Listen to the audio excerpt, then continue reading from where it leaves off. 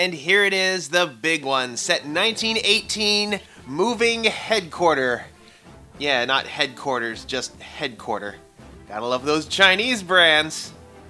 At nearly 1,000 pieces, the moving Headquarter is the largest set in the entire police battle force line. A massive 14-wide rig that's so huge it makes that truck from Sonic Adventure blush. So huge indeed that it even has its own helipad and satellite dish. It has its own satellite. I'm sure it does.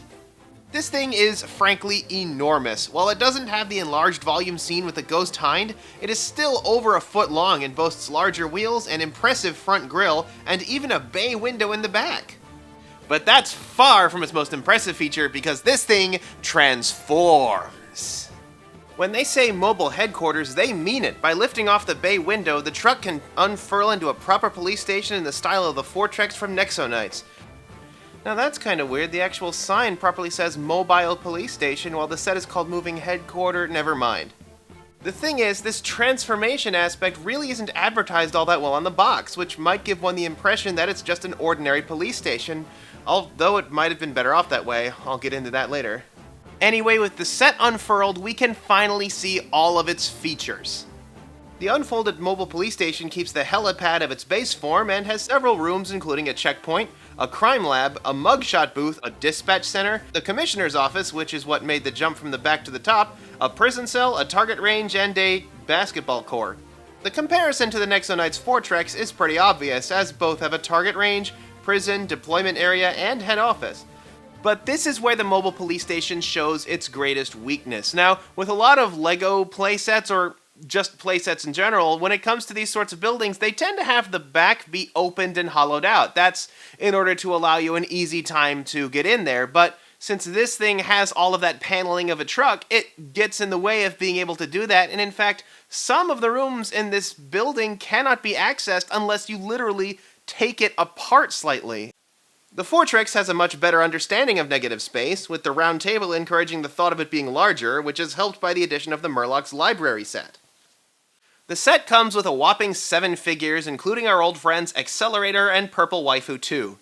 New to the lineup are Good Cop and Bad Cop, because, let's face it, that's who they freaking are, Girl Cop, Mohawk number 2, and Old Man Jenkins in his prison outfit. Starting with the police, we have Good Cop, who is basically the same as Grumpy Cop, only with a different headpiece giving him glasses and a smile. Finally, a cop in a good mood! His counterpart, Bad Cop, acts as the helicopter pilot in this set, scowling with a pair of aviators and a ball cap with earmuffs, cause, you know, helicopter. Girl Cop, who I think is the only girl in the police force of this lineup, has a basic girl face with lipstick and a pearl gold wig and ponytail. Any relation to Goldmember? Don't miss the exciting twist! Her attire is otherwise the same as angry Irish cops with a white shirt for her uniform. And as for our criminals, we have yet another guy in a mohawk. Now this guy has a real biker thug look with his denim vest and black gloves combined with a black mohawk and beard. He also wields a bat that says, Clash Jerks? I don't know, maybe that's the name of the more thuggish criminals to cover the name of their real organization.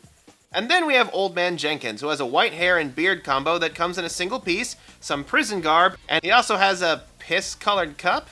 Ew. As for our smaller vehicles, we get another one of those scratch-built motorcycles as seen in the battle, a police motorcycle that uses some standard LEGO parts including the cowled motorbike seen in other LEGO sets, and a small one-person pursuit helicopter with a pair of rotating guns meant to land on the helipad.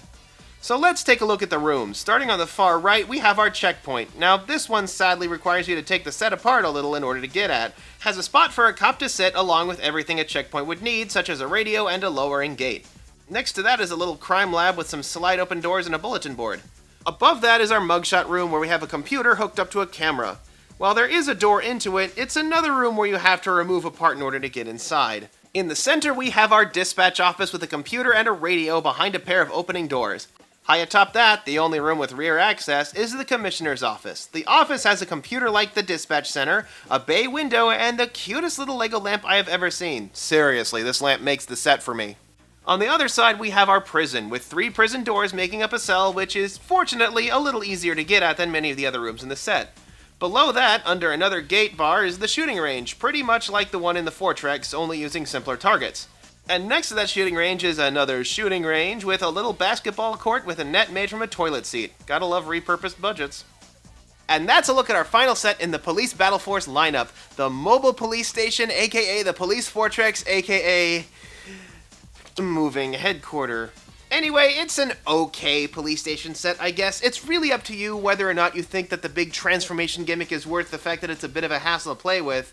Slubon apparently thought it was worth it because at Toy Fair 2015 I saw, but sadly forgot to photograph, that they had made like a fire truck version of this, pretty much verbatim, so I guess they thought it was okay, but if you're looking for a more traditional experience, they do have a harbor rescue set, which is a bit more like a traditional police station.